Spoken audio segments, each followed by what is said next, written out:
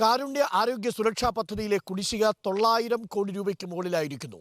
500 കോടിയിലേറെ രൂപ സ്വകാര്യ ആശുപത്രികൾക്ക് കുടിശ്ശികയായതോടെ മാനേജ്മെന്റുകൾ പലരും സൗജന്യ ചികിത്സ നിർത്തി.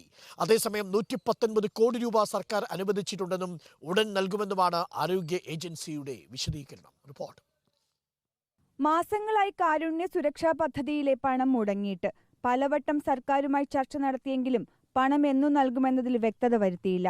411 സ്വകാര്യ ആശുപത്രികളാണ് നിലവിൽ കാരുണ്യ പദ്ധതി വഴി സൗജന്യ ചികിത്സ നൽകിയിരുന്നത്. എന്നാൽ കുടിശ്ശികയേറിയതോടെ 100ലേറെ ആശുപത്രികൾ പിന്മാറി. കുടിശ്ശിക എത്രയും വേഗം നൽകണമെന്നാവശ്യപ്പെട്ട് നിലവിൽ ഹൈക്കോടതിയിൽ കേസ് ഫയൽ ചെയ്ത സ്വകാര്യ ആശുപത്രി മാനേജ്മെന്റുകൾ ഈ വരുന്ന വെള്ളിയാഴ്ച യോഗം ചേർന്ന് പദ്ധതിയിൽ തുടരണോ വേണ്ടയോ എന്നതിൽ അന്തിമ തീരുമാനമെടുക്കും. ഈ ഒരു സമയത്ത് ഈ സ്ഥാപനങ്ങളെ രക്ഷിക്കുവാൻ ഇതിൽ നിന്ന് പിന്മാറുക എന്ന് മാത്രമേ ഞങ്ങൾക്ക് മുന്നിലുള്ള പോംവഴിയുള്ളൂ. സർക്കാരിൽ നിന്ന് ലഭിക്കാനുള്ള പണം കുടിശ്ശികയായതോടെ ചെറുകിട സ്വകാര്യ ആശുപത്രികളിൽ പലതിലും ശമ്പളമടക്കം പ്രതിസന്ധിയിലായെന്നാണ് മാനേജ്മെന്റുകൾ പറയുന്നത്.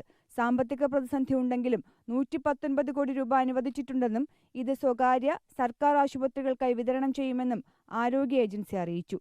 വിവിധ സൗജന്യ ചികിത്സാ പദ്ധതികളിലായി സർക്കാരിന്റെ കുടിശ്ശിക 1050 കോടിക്ക് മുകളിലാണ്. സർക്കാർ ഇങ്ങനെ കുടിശ്ശിക വരുത്തുമ്പോൾ അത് സാരമായി ബാധിക്കുന്നത് സർക്കാർ ആശുപത്രികളിലെയും സ്വകാര്യ ആശുപത്രികളിലെയും സൗജന്യ ചികിത്സയെ ആശ്രയിക്കുന്ന പാവപ്പെട്ടവരെയാണ്. ഇത് തിരിച്ചറിഞ്ഞ് മുൻഗണനാക്രമം നൽകി കുടിശ്ശിക തീർക്കാനുള്ള നടപടികളാണ് വേണ്ടത്. വീഡിയോ ജേർണലിസ്റ്റ് രഞ്ജിത്തിനൊപ്പം reporter PR Praveena, in reporter, Kottayam. Praveena നമുക്കൊപ്പം ചേരുന്നു. Praveena, very good morning. പക്ഷേ പ്രേക്ഷകർക്ക് നമ്മൾ അത്ര ശുഭകരമല്ലാത്തൊരു വാർത്തയാണ് ആദ്യം തന്നെ കൊടുക്കുന്നത്. കാരുണ്യ ഏകദേശം സ്വകാര്യ ആശുപത്രികളിൽ നിന്ന് അവസാനിക്കാൻ പോകുന്നുവെന്ന സൂചനയാണോ പ്രവീണ ഈ പ്രഭാതത്തിൽ നമ്മൾ കൊടുക്കുന്നത്? 119 കോടി അനുവദിച്ചിട്ടുണ്ടെങ്കിലും 900 കോടിയാണ് കുടിശ്ശിക. എപ്പോൾ കൊടുത്തു തീർക്കാൻ സാധിക്കും? Very good morning Arunkumar. ശരിക്കും പറഞ്ഞാൽ സ്വകാര്യ മെഡിക്കൽ കോളേജുകളെല്ലാം തന്നെ പദ്ധതിയിൽ നിന്ന് പിന്മാറിയിട്ടുണ്ട്. അതുകൊണ്ട് തന്നെ വിദഗ്ധ ചികിത്സ ആവശ്യം വരുന്ന, അടിയന്തര ശസ്ത്രക്രിയ ആവശ്യം വരുന്ന ഈ പറഞ്ഞ കാരുണ്യ പദ്ധതിയിൽ ഉൾപ്പെട്ട ആളുകൾക്ക് ഇപ്പോൾ നിഷേധിക്കപ്പെടുന്ന ഒരു സാഹചര്യം സ്വകാര്യ മെഡിക്കൽ കോളേജുകളിലടക്കമുണ്ട്.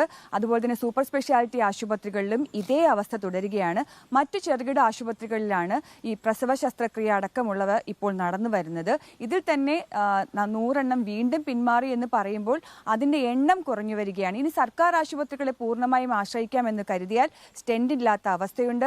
അതുപോലെ തന്നെ ശസ്ത്രക്രിയയ്ക്ക് ആവശ്യമായ ഉപകരണങ്ങൾ പുറത്തുനിന്ന് വാങ്ങേണ്ട അവസ്ഥയുണ്ട്. ഇവർക്കൊക്കെ കുടിശ്ശിക ഉള്ളതിനാൽ തന്നെ ഇവർ ഇപ്പോൾ സപ്ലൈ നിർത്തിയ അവസ്ഥയുമാണ്. ഇനി അല്ല സർജറി ചെയ്യാമെന്ന് ഏറ്റാൽ തന്നെ 3 മാസമെങ്കിലും ഇവർക്ക് വെയിറ്റിംഗ് പീരീഡ് ഉണ്ട്. അതായത് അത്യാവശ്യ ഘട്ടത്തിൽ ചെന്നാൽ പോലും അത് ഇലക്റ്റീവ് സർജറി ആക്കി നീട്ടിവെക്കുന്ന സാഹചര്യവുമുണ്ട്. ഈ സാഹചര്യത്തിലാണ് വീണ്ടും പണം ആവശ്യപ്പെട്ടുകൊണ്ട് സ്വകാര്യ ആശുപത്രി മാനേജ്മെന്റുകളും സർക്കാർ ആശുപത്രിയിലെ സൂപ്രണ്ടുമാരും വീണ്ടും ആരോഗ്യ വകുപ്പിനെ സമീപിച്ചത്. പലവട്ടം ചർച്ച നടത്തിയെങ്കിലും പണം തരും, പക്ഷെ അത് എന്നാണെന്ന് പറയാൻ കഴിയില്ല എന്നുള്ള മറുപടിയാണ് ആരോഗ്യ വകുപ്പിന്റെ ഭാഗത്തു നിന്നുണ്ടായത്. ഇപ്പോൾ കോടതിയിൽ കേസ് ഫയൽ ചെയ്തിട്ടുണ്ട് സ്വകാര്യ ആശുപത്രി മാനേജ്മെന്റുകൾ. അതിനൊപ്പം തന്നെ വെള്ളിയാഴ്ച യോഗം ചേർന്ന് കൂടുതൽ ആശുപത്രികൾ പിന്മാറിയാൽ സർക്കാരിന്റെ സൗജന്യ ചികിത്സാ പദ്ധതി പേരിലൊതുങ്ങുന്ന അവസ്ഥയാകും. കരുണയില്ലാതെ കാരുണ്യ പദ്ധതി മുന്നോട്ട് പോകില്ല എന്നുള്ളത് വ്യക്തമാണ്.